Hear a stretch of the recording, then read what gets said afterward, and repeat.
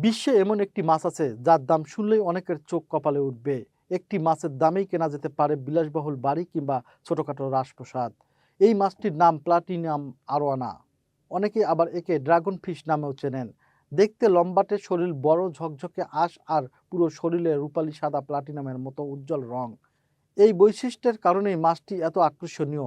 সাধারণত এটি প্রায় ৩ ফুট পর্যন্ত বড় হতে পারে।